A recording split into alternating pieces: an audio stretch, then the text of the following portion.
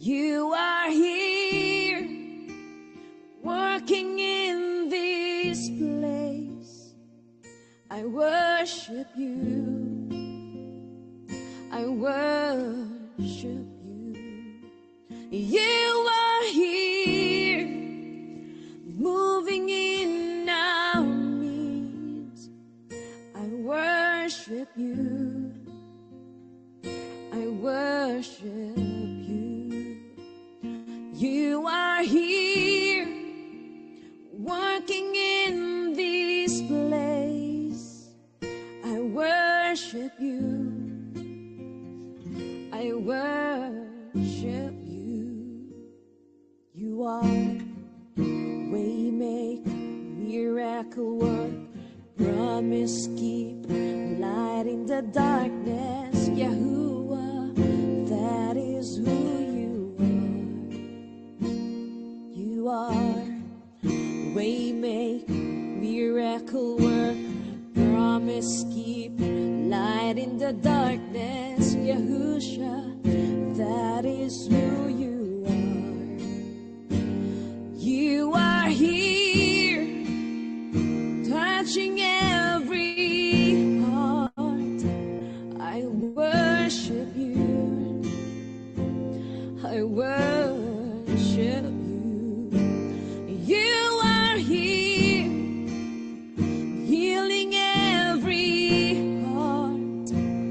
I worship you. I worship you. You are here, turning lives around. I worship you. I worship you. You are here, mending every heart. I worship you. I worship you. You are waymaker, miracle work, promise keep, light in the darkness. Yahuah, that is who you are. You are waymaker, miracle worker, promise keep, light in the darkness. Yahusha, that is who you are. You are here, moving in our midst. I worship you. I worship you. You are here, working in this place. I worship you.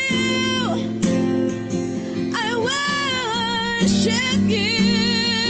You are waymaker, miracle worker, promise keeper, light in the darkness. Yahuah, that is who you are.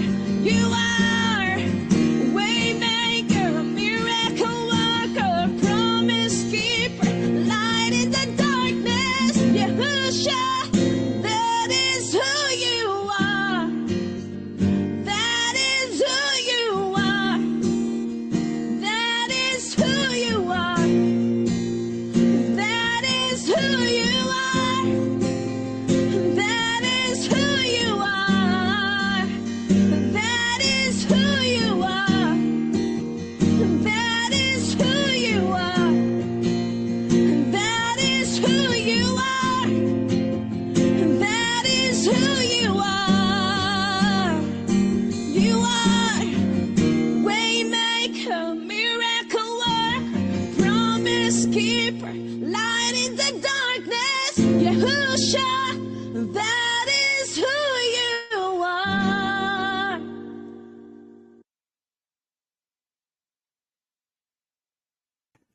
All right. Shalom, shalom, mishpacha.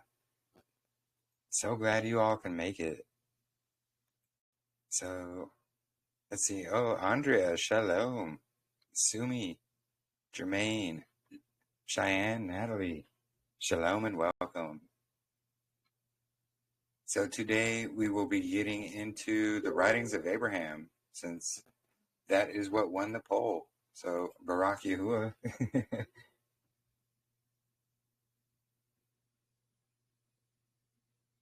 So let me, excuse me.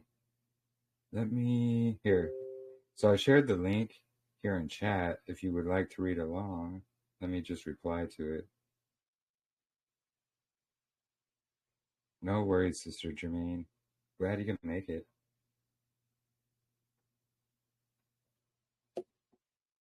So yeah, we had our little poll going, and it was the writings of Abraham that won for our next reading.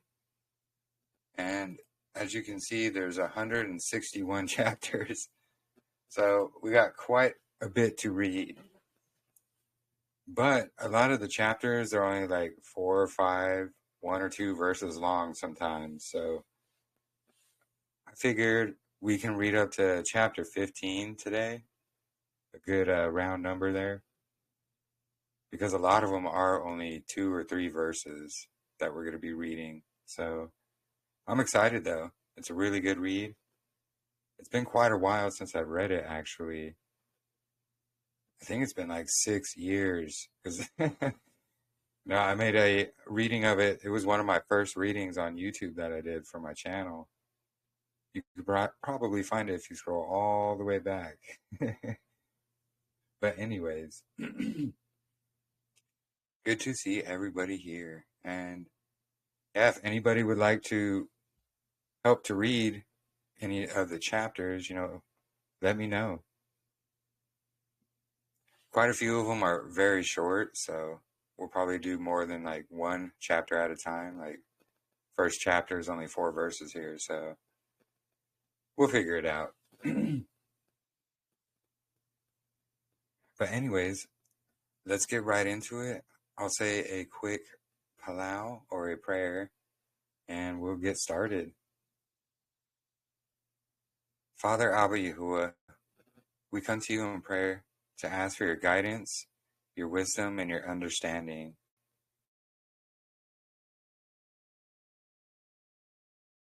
As we read through all these books, which are part of your word, help us to gain discernment and understanding and be able to tell the lies from the truth, from your truth, Father. And I also wanted to say a prayer for those who are struggling through different trials, tribulations, sicknesses, whatever it may be. We all need your strength to be able to endure to the end. And I pray to you in the name of Yahushua HaMashiach, and let it be so. All right, so this will be the writings of Abraham, and starting in chapter 1 here. Behold, my son, I have caused to come into your hands a fragment of the writings of Abraham, in which he has left a record of his sojourn among men, and the barakoth of Yahuah unto him. This I have brought to you, that you might restore that which is lost, that the fullness of the record in its original purity might be found again among the sons of Elohim. Behold, these things are Kodesh. Wherefore, send them not forth unto the children of men, but let them be for the edification of the elect, that your hearts may be turned unto the fathers, and that you may draw close to them, and they to you. And boom. So it's not for all the children of men, but for the edification of the elect. That's where we get understanding when we read through this. And as we see, it's all a matter of the heart, that your hearts may be turned to the fathers. So thus the veil will be withdrawn, and you will commune with the general assembly of the firstborn, and shall even be ushered back unto my presence. So the general assembly of the firstborn in the Ruach. Someone is blowing up the other group. Sorry. Go now and do this work which I have placed in your hands. Amen.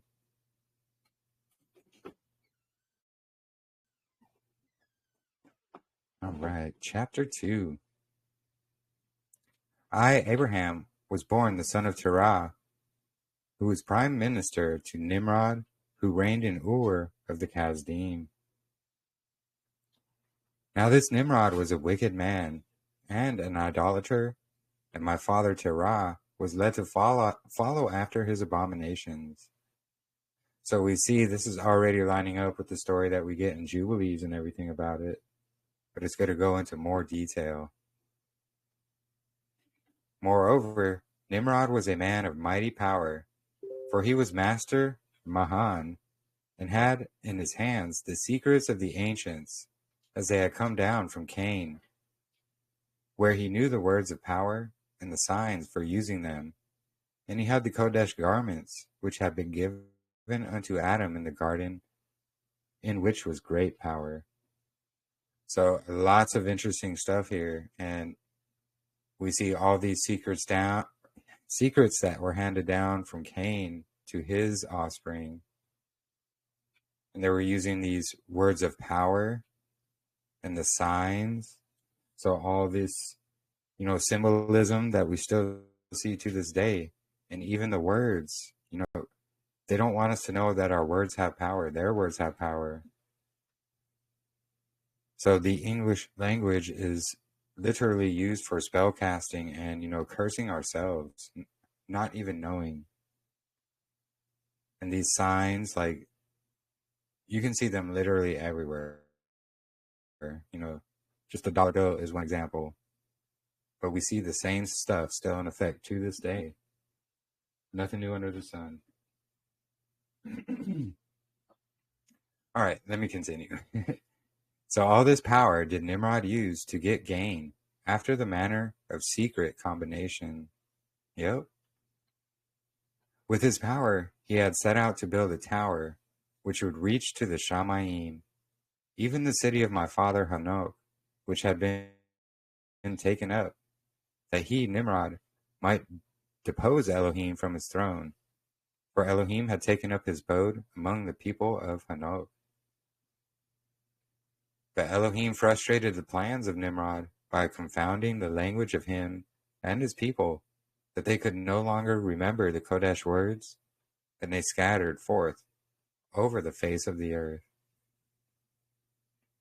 At that time Nimrod came and established the city of Ur, which is the city of light, for he yet retained his determination to build a city to rival the city of Elohim, that the light and power might center in him. So, very interesting stuff. We see he built the city and named it the City of Light to try to be, and actually to try to rival the city of Yahuah, which is, we all know, it's New Jerusalem. And through the ministration of Satan, he did receive, again, some of the words of power, and did recognize the secret combination among his people. Yep, that spell casting. But he had not power, as at the first, for the fullness of the pure language was not restored to him, according to the decree of the Most High Elohim. Now in all the wickedness of Nimrod, my father stood by his side, for he was deceived by the subtle cunning and power which Nimrod possessed. And if anything sticks out to anybody, feel free to jump on in as well. But so far, it's so good.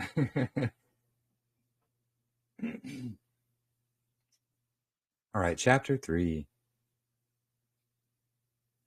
And Sumi or anybody, if you would like to read next. But if not, it's all good. So my father Terah was the son of Nahor, and Nahor was the son of Serug, and Serug was the son of Reu, and Reu was the son of Peleg. In those days, the earth was divided. No worries, sister. Well, I will be in Palau for your healing. And Peleg was the son of Eber, who was the son of Shelah, who was the son of Arpachshad, the son of Shem, who was Melchizedek. Oh, there's a red flag right there, actually.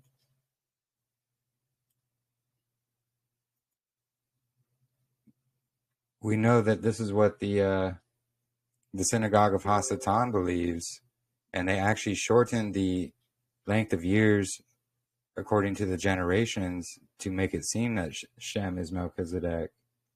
So, uh-oh.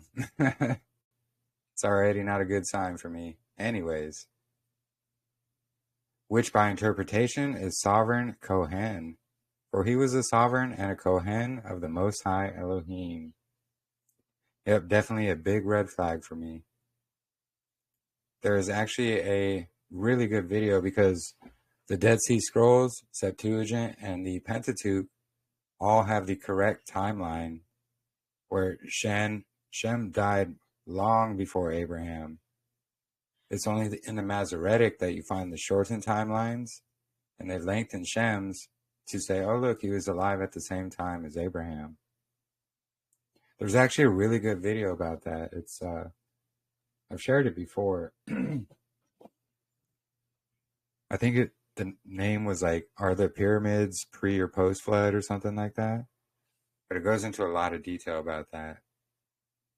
And that same clip is actually shown in, what is it? The Testament of a Nothing Burger, which is also really good documentary about who the Synagogue of Hasatan is.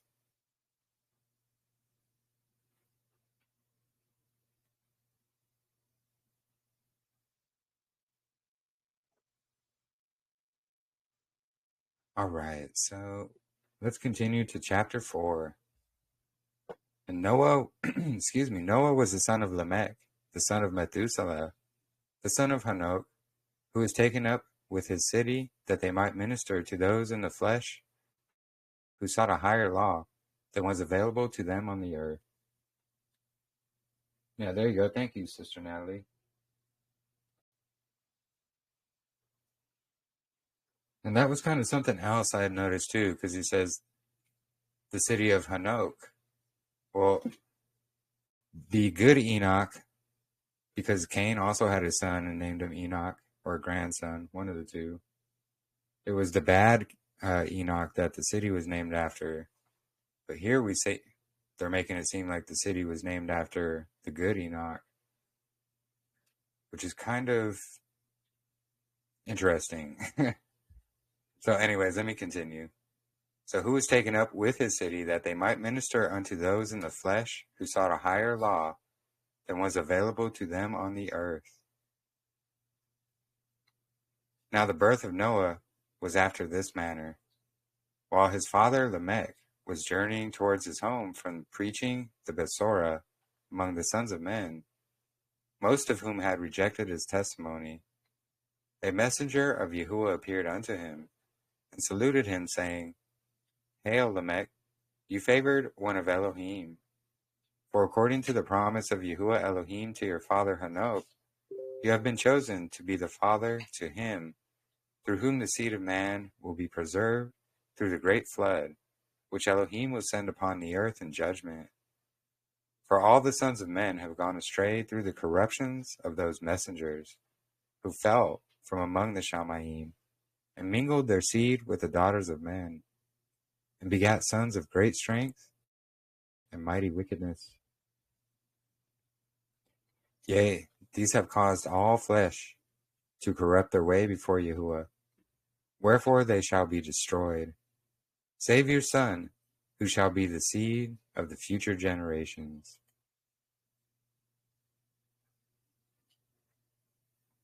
And the mother of Noah was also the daughter of Methuselah, for Lamech and his wife had the same father, but different mothers. And when Noah was born, his body was full of light, which thing caused great consternation to his father and mother, and his father's wives and children, all in his house. Moreover, the child stood upon his feet when he had come forth from the womb, and his tongue was loosed, and he did sing praises unto Yahuah, saying, I will praise you, O Yahuah, for you are the source of all power, the wellspring from which it flows to the sons of Elohim. And you are also abounding in wisdom and great and mighty counsel unto your servants.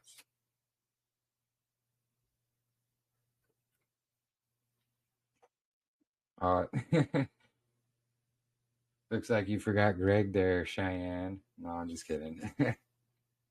But we see some things do line up.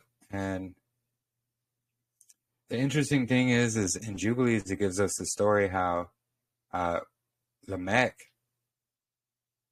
he was scared because Noah came out and he was looking like a messenger, and he went to seek out Enoch. And Enoch told him, no worries, this is from Yahuah, this is how he's supposed to be. And we don't see that mentioned here at all. But let me continue. Nevertheless, though you are Elohim who is long-suffering in judgment, the sins of the children of men have come up before your face, and your fury has waxed strong, and will be visited with judgments upon the earth. Your mercies, O Yahuah, are beyond number, but you are Elohim that visited wrongdoing upon the children of men, who the fullness of their iniquity has come upon them. I wouldn't necessarily call it visiting wrongdoing. I mean, he he judged them accordingly is more accurate. So therefore the earth shall be destroyed according to the word of Elohim, which cannot fail.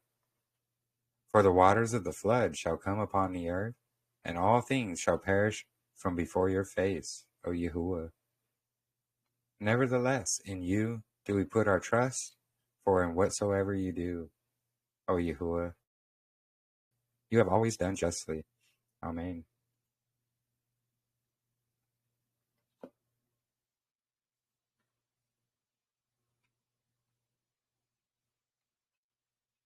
Yeah, no worries, Sister Cheyenne. I think he was just joking anyway.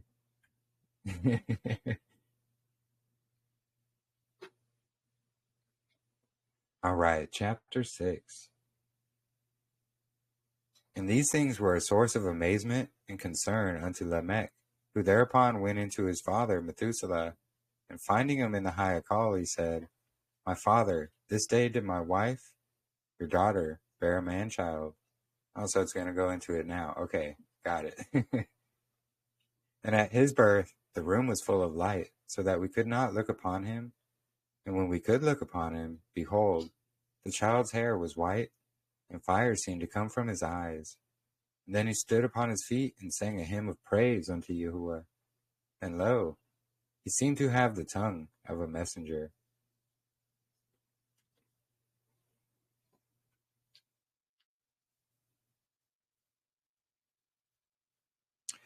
Yeah, so we can see there's a couple of things here and there that don't line up, but then there's a lot of things that do line up. So just very interesting. And like I said, it's been like 6 years since I've read this, so I've definitely grown in understanding since then. So just a lot of these things are sticking out. So tell me now the meaning of these things, and how can I raise such a son?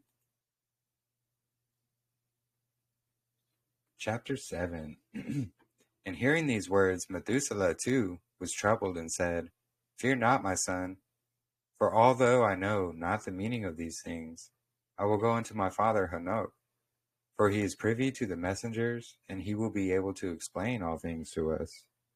Yeah, so this is a story that we get in Jubilees as well.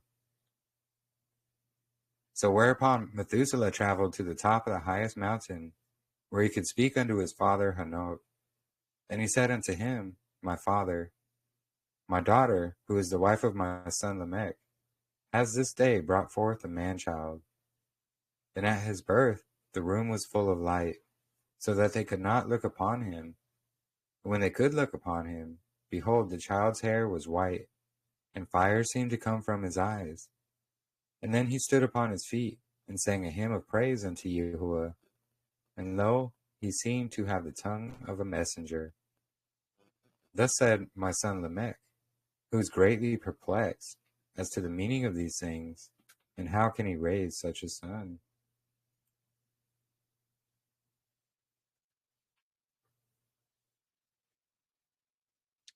Chapter 8. Yeah, I agree, Miriam. So, Hey, chapter Jeremy. 8. Yeah, I had a question really quick about Shem. It was just coming to me as I was eating or making the pizza. But what if they're mistranslating like Asham, like Shem, like the name? You know how they've misinterpreted the whole Hashem thing? What yeah, if yeah. they're referring to Melchizedek as the name, as in Yahuah? I don't know. And then they're misinterpreting it and writing in Shem when they're translating it. Or they're just being usurpers. I don't know, but just a thought.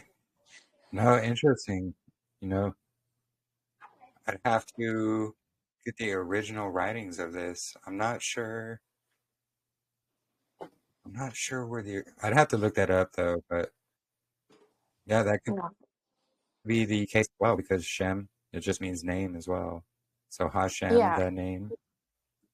right. So I don't know. Just my thoughts while making pizza. Yeah, no worries. Thank you. Huh? Thanks for bringing that up. Because we do see a lot of things that do line up. So, yeah, just very interesting. Yeah, good catch, Sister Natalie. And you just got the Hashem thing, Sumi. Yeah, they're sneaky with that stuff.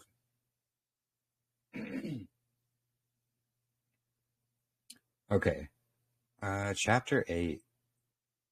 So hearing this report, Hanok comforted his son Methuselah, saying, "Fear not, my son, or fret yourself about this matter, for did not a good Kodesh messenger visit your son Lamech, and tell him that this should be the seed of the future generations? And was it not so? For this cause have these things happened, but on the eighth, for this cause have these things happened." Sorry, that read strangely. My bad. But on the 8th day, when the child is circumcised, he shall be covered and shall appear as other men, except that his hair shall remain white, as a token that through him Yahuah will do a mighty work. And this word did Methuselah return to his son Lamech, and he was comforted.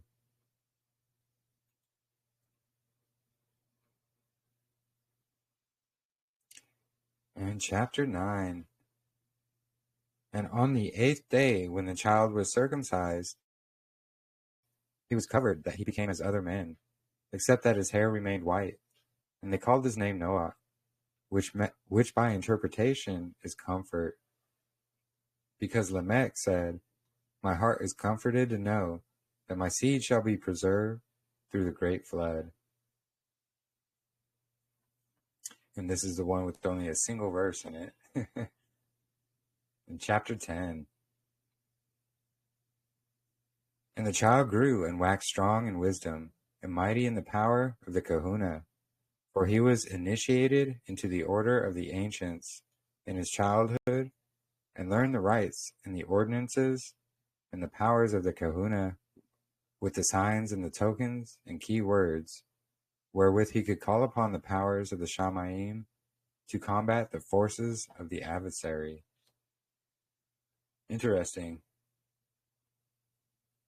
And when he was come of age, he took 12 wives, and begat many sons and daughters, who grew up in righteousness, and served Yahuah all their days.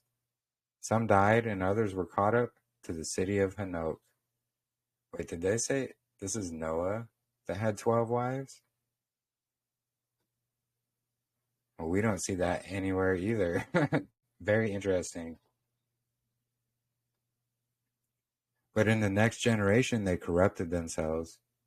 For the daughters of Noah's sons did go forth and lay with the sons of men, which thing was an abomination in the eyes of Elohim. Yeah, the 12 wife things, I don't know about that. Wherefore That Yahuwah sounds said unto whack. Yeah, it does sound whack, 100%. Because we see Noah, his wife, and his sons were the only ones on the ark. It never says anything, oh, your 11 other wives, don't worry about those. So, yeah, just very strange. So, did I read verse 4? I don't think I did. So, verse 4. Wherefore Yahuwah said unto Noah, Behold, the daughters of your sons have sold themselves. For behold, my anger is kindled against the sons of men, for they will not hearken to my voice. Wherefore all those who go into them will be destroyed with them. Very interesting. Each tribe has a wife.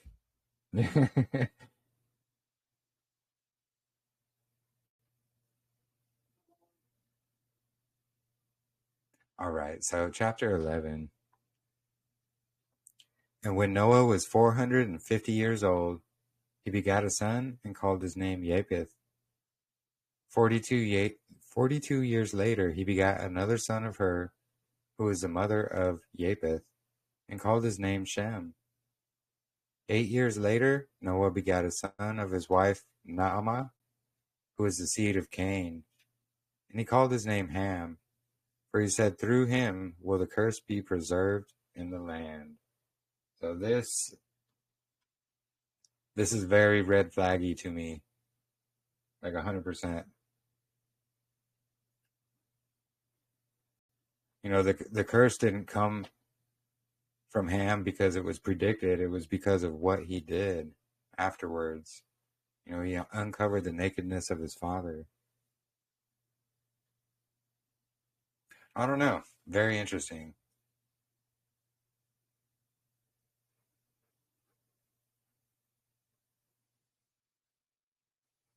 What is everybody else's thoughts as well? Like, I'd like Well, hey. to. What's that? Sorry. Go ahead. It's Oh lagging no. for me, so I'm like, oh, sorry, you're still talking. I was just thinking, like, it's such a good thing that we're all reading this together, and you've read it before, and like we can all vet it together.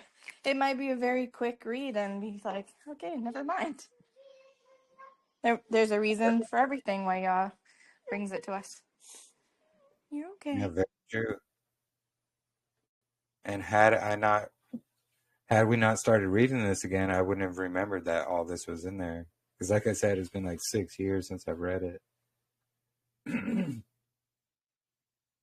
So yeah, just some very interesting stuff that we see stuff definitely does not line up. We see questionable stuff, but we also see stuff that does line up.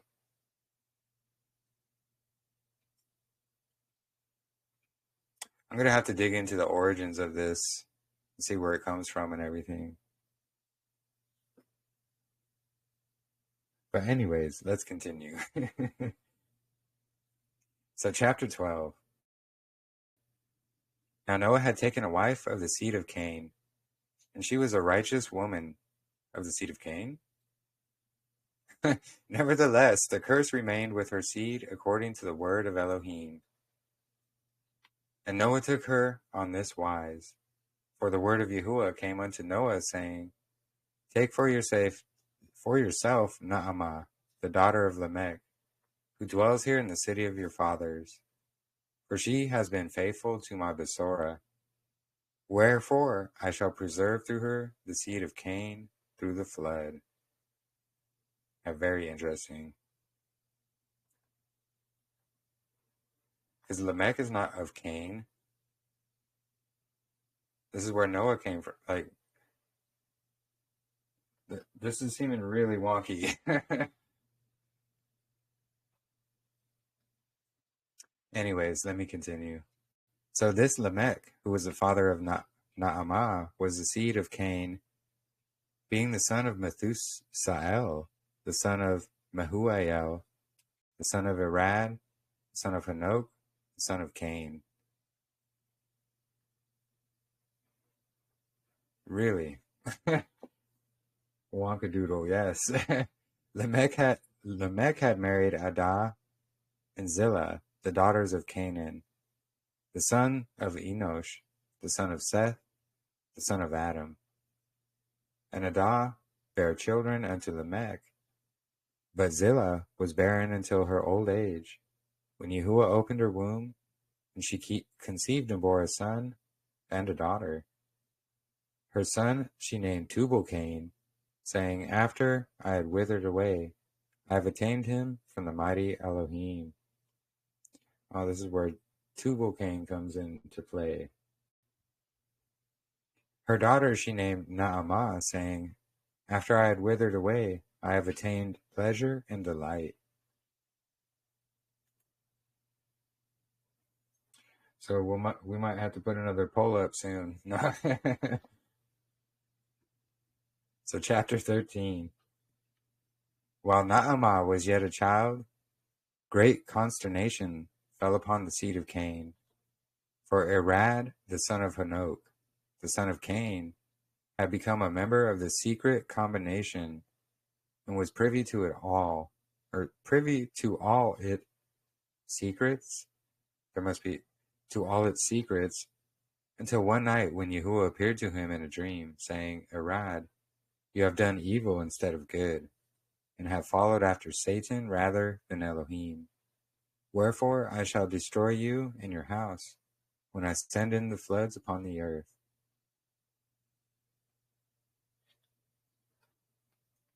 But Arad was pricked in his heart, and pled with Yahuah to show mercy and preserve his seed through the great flood. And seeing that his patience was true, Yahuah said to him, Arad, if you will repent and reveal the evils of the secret combination to the sons of Sheth, I will have mercy upon you, and I will join your seed to the seed of Sheth, that it may be preserved through the great flood. Yeah.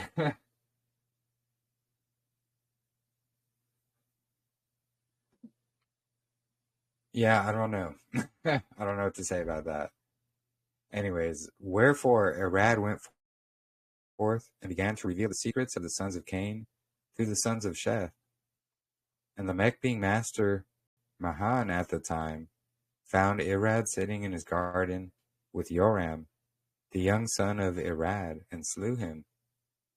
Thus Lamech slew Arad for the sake of the oath of the secret combination, and he slew Arad's son with him. But Tubal-Cain, the son of Lamech, had followed him and viewed his evil deed which he had committed, and he revealed it to his mother Zillah. And she said to her sister Adah, and she to her sister Adah. Wherefore Adah and Zillah confronted Lamech with his evil and cursed him in the name of Yahuah for having slain Arad, who had repented of his wickedness from among the sons of men. And Lamech said to his wives Adah and Zillah, Hear my voice, ye wives of Lamech. Hearken to my speech, for I have slain a man to my wounding, and a young man to my hurt. Interesting. So they're trying to say this part in scriptures was about killing the son of Cain.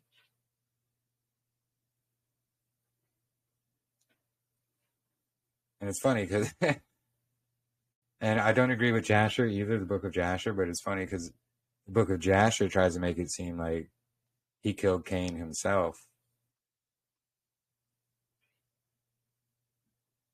So just very interesting stuff here. But anyways, let me continue. If Cain shall be avenged sevenfold, truly Lamech shall be 70 and sevenfold. Lamech's wives, therefore, feared to confront him further. But Lamech did not repent of his evil deeds, and finding his son Tubal-Cain at prayer, he slew him for having revealed his murders. When Adah and Zillah, the wives of Lamech, learned of this, they took their remaining sons and daughters and went unto their father Canaan's city, and revealed the remainder of the secrets of this evil combination, among the sons of Adam. I wonder what this evil combination is.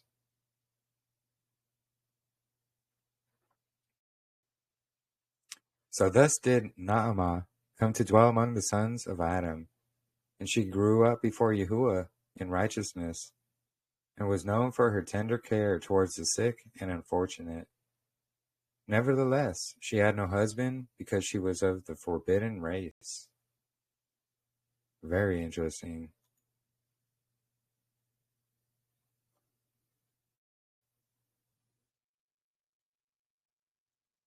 Yeah. Yeah, that's my face while reading it the whole time, Sister Cheyenne.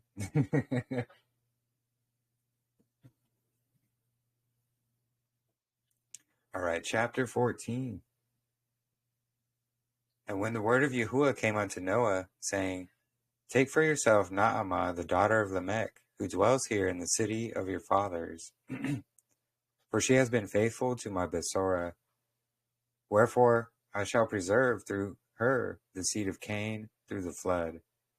Noah went to his father Methuselah. And Methuselah inquired of Yahuah and returned this word to his son Lamech.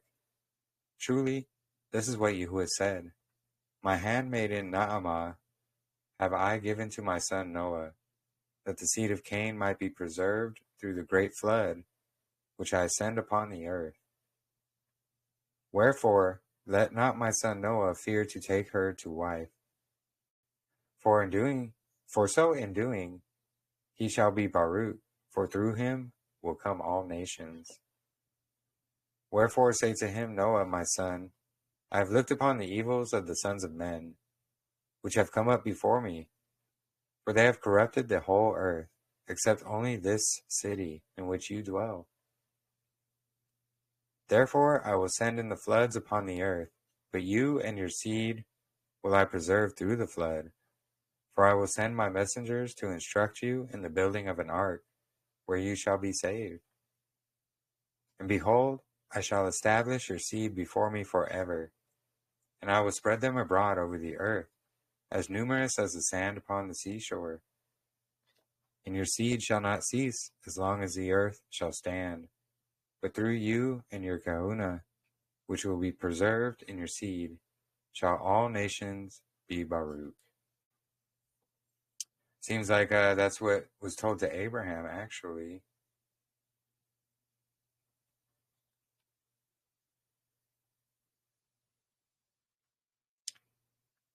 All right, so chapter 15, and this will be our last reading, or our last chapter for this evening. Let's see, how long? Only 43 minutes.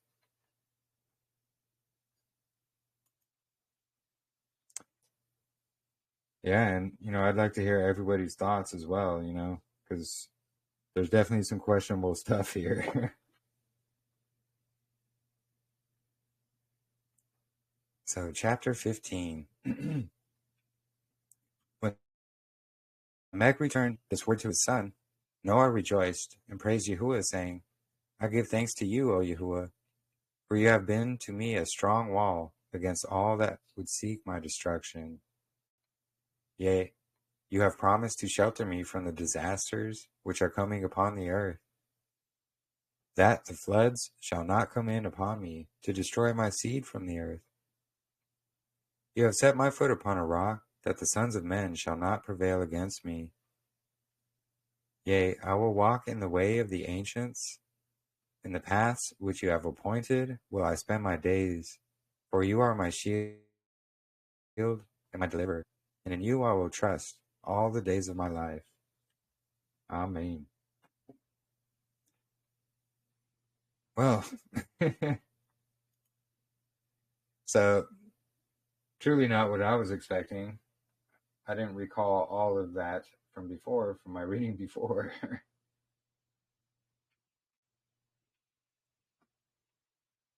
Hey, and Brother Joe, Shalom, brother. Good to see you here. Yeah, Shalom. Got here with my two grandsons getting ready to get picked up. So, Oh, nice. spending some time with the family. Oh yeah. I get them every Tuesday and Thursday up until about 6:30 or 7. So I'm here. I'm listening. Yeah, you got any thoughts about this here? Because I mean, I've never read this before, so I'm listening to it, and yeah, I don't have any thoughts yet. I have to go back and reread back through it. I am curious to know everybody else's thoughts so far. And I did hear the part about you're talking about Noah having 12 wives, and I've never heard that before either. Oh no, yeah, no, yeah, no. oh, yeah, no, that stood out to me very much so. And then, the whole saying this city of Enoch was named after the good Enoch. When we read in scriptures, it was actually named after the bad Enoch. Right. I don't believe this is in the DSS. Assuming 80 hours. Oh I'm no, actually I'm gonna look up and do some more research to see exactly where the writings of Abraham, originate from. But from what I can see, there's quite a few red flags.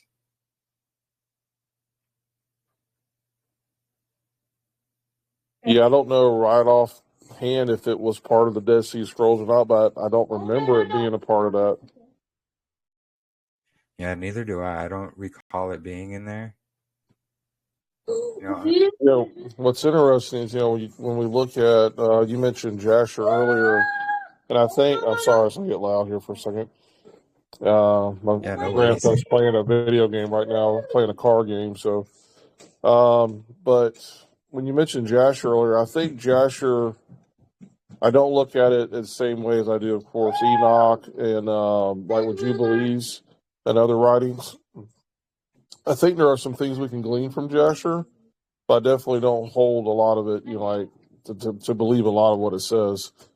And it may be the same thing once I read through the writings of Abraham, is that there might be some good points in there, but not necessarily, going to be held the same high or same standard as other books. Hey, what are you guys doing? Yeah, I agree. And it seems that it's the same going on with this. And yeah, just a quick search. Even the AI says, no, it does not contain the writings of Abraham in the Dead Sea Scrolls. So, yeah, I'm going to have to do some more research and see where this comes from. Because, there's things that do line up, but there's things that don't line up that we're seeing. The Book of the Nazarene is a really good one. Well, time for another poll. Right.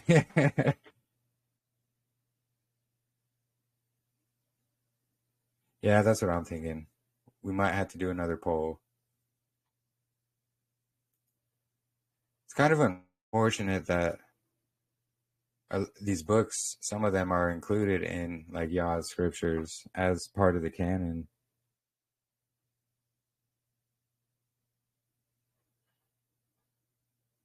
But I mean, don't get me wrong, it's a good read. It seems like a good read. It's just you need to have discernment for sure. Yeah, I was going to suggest that, Jeremy, is I would definitely read it, and then that way, if someone else brings it up, at least we can give a reason for, whether, you hold it to a certain standard or not. And it may just be good also sometimes with these different writings to kind of look and maybe read between the lines and see if there's a specific narrative that's being pushed here. It's just like with with the Masoretic text versus the Septuagint. You can definitely tell because some things were changed. And I heard you guys talking about the whole thing with them pushing in the narrative of Shem being Melchizedek. Yeah. And so when you read the Masoretic text, they've changed the dates purposefully, I think, to make that line up for their narrative of saying, oh, see, according to the timeline, Shem would have still been alive, and Abraham was taught in the tents of Noah, or tents of Noah, and making this whole thing up. And it's like to kind of push that narrative and to pull us away from understanding that no, Shem was not Melchizedek, Shem, according to the proper timeline, would have already been, dead and gone like a long time before even Abraham showed up. Yeah. So I think that's why it's good too. Sometimes, even if we're reading it, and you're like, "Oh man, 12 wives for Noah," different things. But sometimes, what if through these writings they're trying to give a more polygamous type point of view? I'm just spitballing, but I think it's good to kind of read through it as a group and go maybe like decipher a little bit here. Like, okay, what's the narrative that they might be pushing, with that. So Yeah.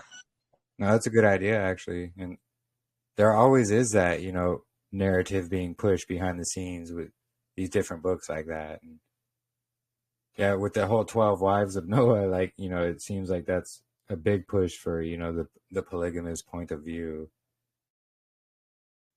And of course, the, Shem is Melchizedek point of view as well.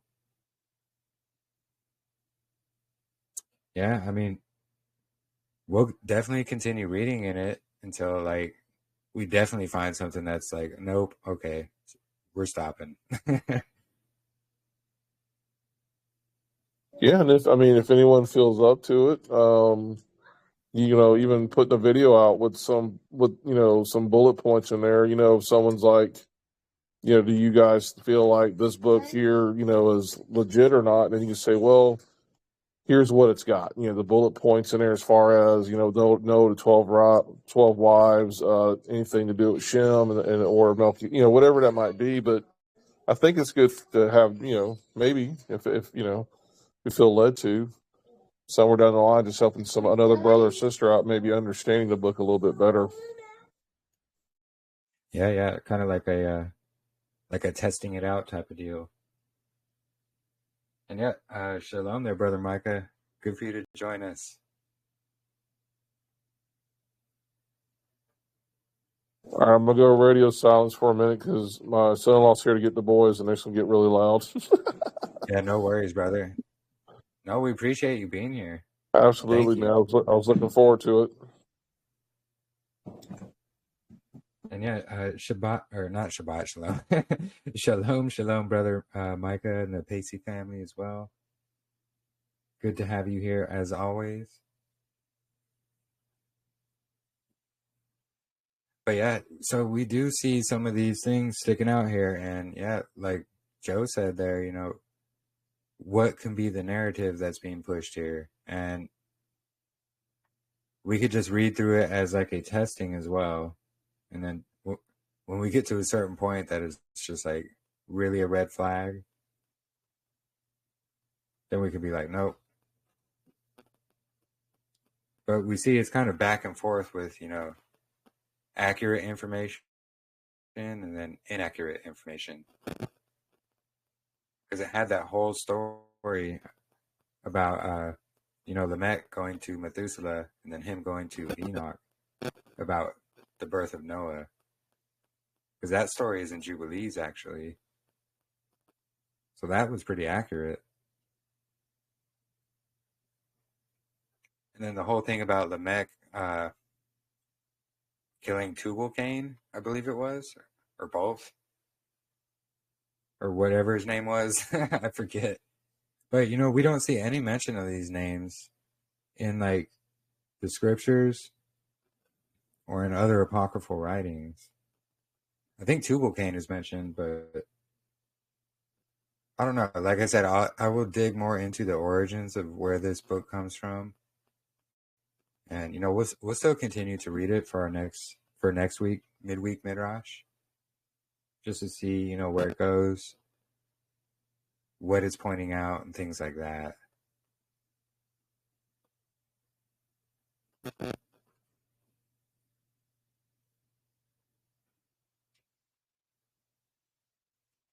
But yeah, I know this week has been quite a long week for many people, including myself. So probably won't make it a super long fellowship today. We're already here like an hour. I usually try to keep them under 2 hours anyway.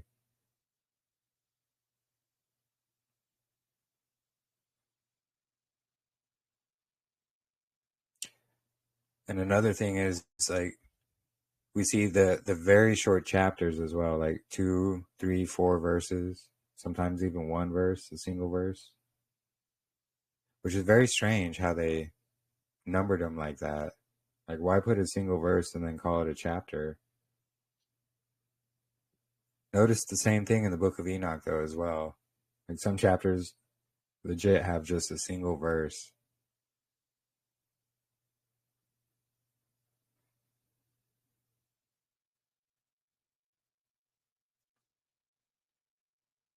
But yeah, if nobody else has any other questions or anything they'd like to bring out or point out, I think we might call it a Layla here for this evening.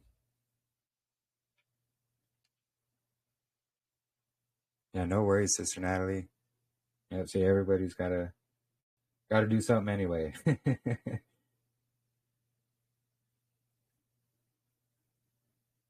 So, all right. I guess we will call it a Layla here. And so this Shabbat, we're going to be going over the calendar.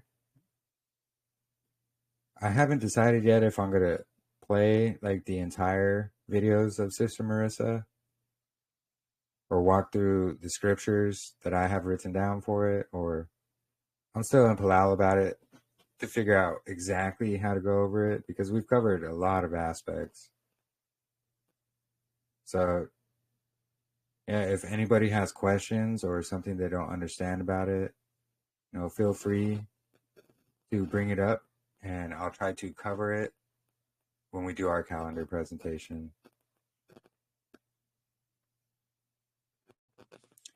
But yeah, shalom, everybody. Thank you all for joining in.